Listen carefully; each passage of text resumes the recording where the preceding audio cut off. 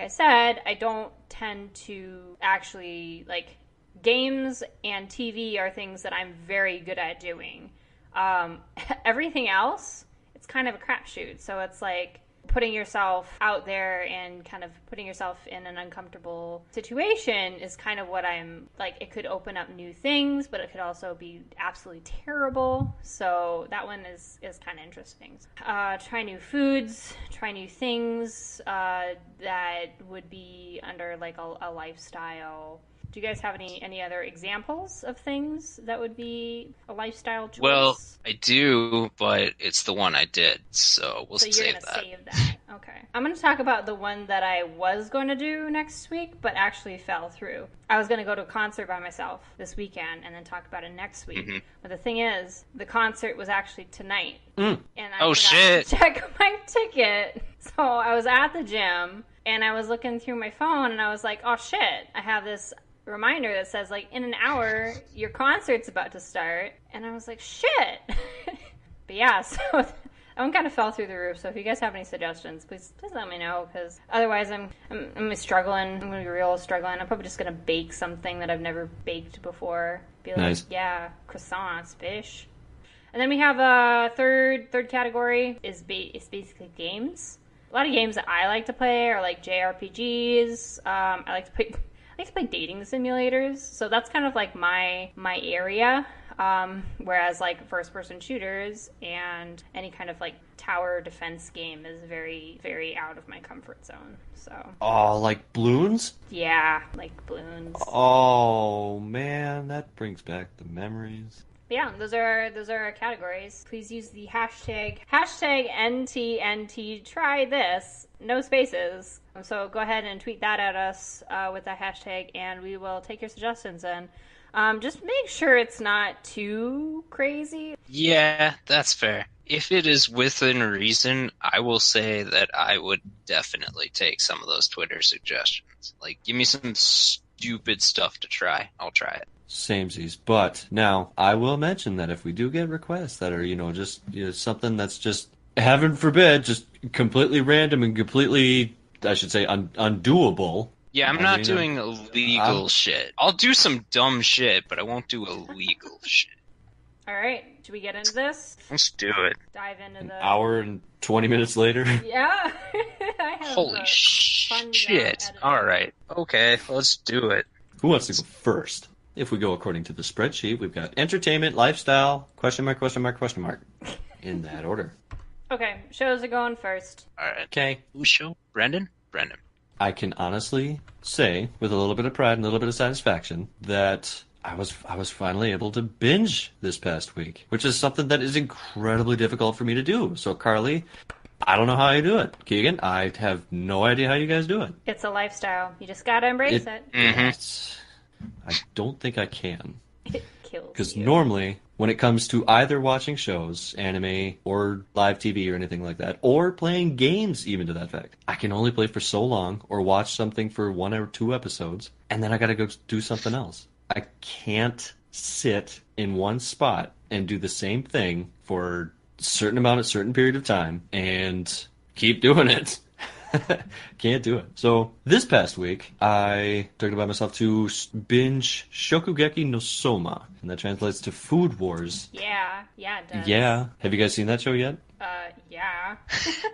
I think I know. All right, no, I want to hear the description of this. This is what I think it is. So the main character of the show, Yukihira Soma, is, oh god, what is he? He's middle school, and he's just an average kid working at a diner with his dad, and the show starts with him cooking with his dad. They have little competitions with each other. So the first thing that we see is a little competition of making a rice bowl for one person in particular. They try to make the same thing and see who made the dish better. So, of course, he loses to his dad, because his dad, he's been doing it longer, he's traveled the world and all that, so loses to a dad, and later on in the first season, you learn that he has lost to his dad over 490 times, going 1v1, little kitchen clash between the two, and the entire first season, by the way, that's That's all I've seen so far. It's all about Yukihito Soma attending, I think it's called Totsuki, if I'm pronouncing that correctly. Yeah.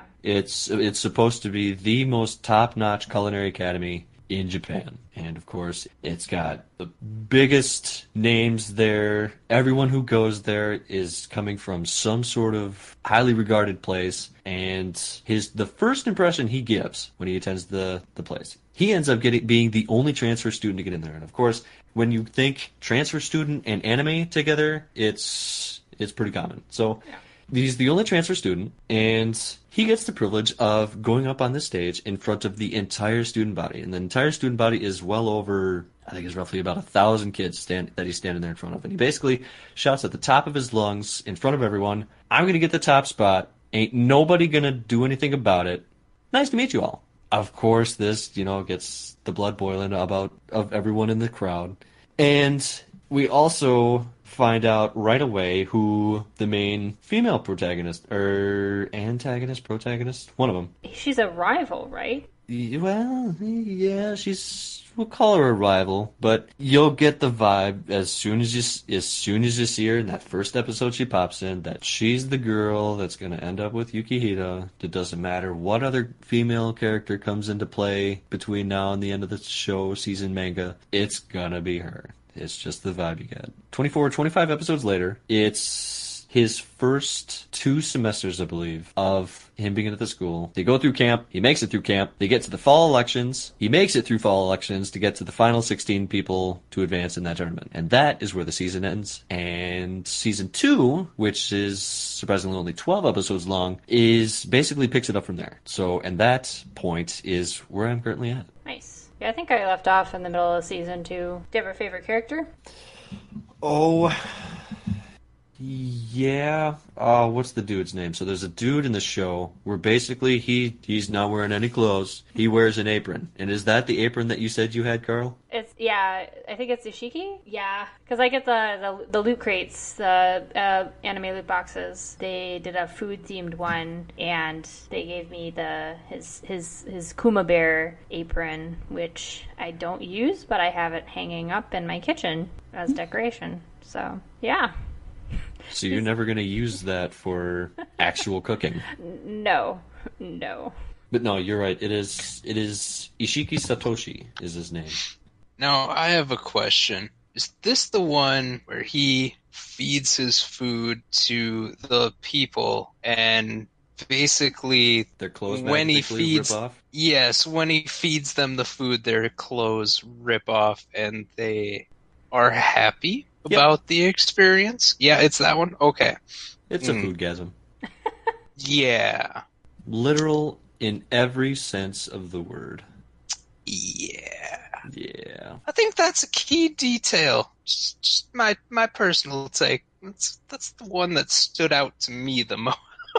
Well, when it comes to these kind of shows, I'm into the detail and the story. So yeah, if y'all can withstand the high level of nudity that appears in the show, and if you could just muscle your way through it and get to the actual story, the first season, it's pretty hard to find the story. You really got to pay attention because it kind of jumps back and forth across the entire map. Yeah, it's been a year since I've seen that first season, and I couldn't tell you exactly how the plot went. I could just tell you, man, that scene where they ate the salmon and their clothes flew off, it's a good scene. Memorable. Very memorable. Sounds like it's got a lot of great plot. Just real big plot. Flopping everywhere, that plot. Basically, if you were to sum that show up as little as you can, it's basically food porn. Hey, I've got a fun thing. What? Fun? What do you... Fun Sure. So, Fun thing? say after we describe our experience for something, or what it is exactly, because we gotta, say what it is. Let's do 5 words. Gotta describe it in 5 words. Ooh, I like that. Yeah. I like that. You just kind of summarize it all. Okay. 5 words or less, and I think we've summarized this one then, Brendan, with food porn. If I needed to be I would say either food porn or get in my belly. That's pretty good. That's pretty solid. then what's the overall review? What would you say? Overall review, I would say I would give it the big old thumbs up. From what I hear from, other reviews and other places that I've read online and from other people that have watched the show, it's the story develops a lot better the further you get into it. So right now it's currently on season 3, and I believe the season 3 finale, which I think season 3 had 25 episodes, it just aired on Crunchyroll and it's available online. So it's let's see, that's roughly about 60 episodes total right now that are available. Honestly, it's of all the anime shows that I've seen, and Keegan, you know which ones I've talked about quite a bit in the past. Carly, you know as well, that it's for a show like this to be bingeable for me. It definitely says something. Yeah, I can't believe you binged it. Like, I didn't even binge it. I can't believe you binged. Period. How you can watch Game of Thrones to catch up and watch it like one episode per 3 days was incredible. Cool. Who's next? I am next. Because I think we should say Do lifestyle for last. So, I mentioned before that I like JRPGs a lot. So what I did for mine was I wanted to try a new JRPG. This game that I got, which is called Ni no Kuni 2. Which I assume is a Ni no Kuni 1 out there, but I did not do any research, so I had no idea what I was jumping into when I started this. Keegan, it sounds like you know what this is. I sort of do. Okay. I do know the first game. I saw there was a second one, and literally was one of those experiences where you just walk into a game store and you just look at the title Ni no Kuni 2 and you go, really? When the hell did that come out? So the first one I thought was pretty good, so I'm interested. Yeah, obviously I knew that there was a first one based off of like the fact that this is the second. But yeah, like I said, I didn't do any research into it, so I have no idea what the first one's about. This is all going to be based off of the second one that I have been playing. I haven't finished it because, to be honest, I bought it a week ago and then used up all of my game time playing Stardew Valley last weekend. And then now I basically spent the last 2 nights staying up until 1 o'clock trying to get further on in this game. But a couple things I want to say about it. The minute you load up that load screen, you are just blasted with this amazing, beautiful orchestral soundtrack. And that is my favorite part about this game, is the soundtrack. The art is amazing. If you've ever wanted to actually play a game that feels like a Studio Ghibli movie, a Studio Ghibli movie, it would be this game, because the entire time I'm playing, you play as this guy named Roland, who is kind of like this. He starts off as like a very vague current times president of some non-disclosed country, and then like his car gets blown up. And all of a sudden, he's transported into this mystical fairy tale-like land that is basically Redwall in reverse. If you guys remember, like, the Redwall book series, please say yes. Never read it. Don't want to feel like a total dweeb. Man! So, like, they're mice. They're mice, but they fight against stuff. Yeah, okay. So... Brian Jacques. Yes, thank you. Yes, never read it. Okay. Yeah, breaking my heart. Redwall, like that. Those took up the best of my middle school years. Like, oh my god, those books were amazing. So that's all I could think of while I was playing this game. Is it's just like, man, there's basically rats and there's cats, and so there's 2 races of beings so far that I've come across. And there's the rats, and then there are the cat people who are called Grimalkins. And they're basically just they look like cats. They got feet and they got whiskers and ears. So this guy named Roland, who was this president who got shot and blown up in his car, he gets transported to the room of a prince, and the prince literally looks like a miniature kid version of Howl from Howl's Moving Castle. And that's all I can think of when I look at his face. I'm like, you are a tiny, miniature Howl from Howl's Moving Castle. That is like my favorite Ghibli movie of all time, so I'm just loving this game so far.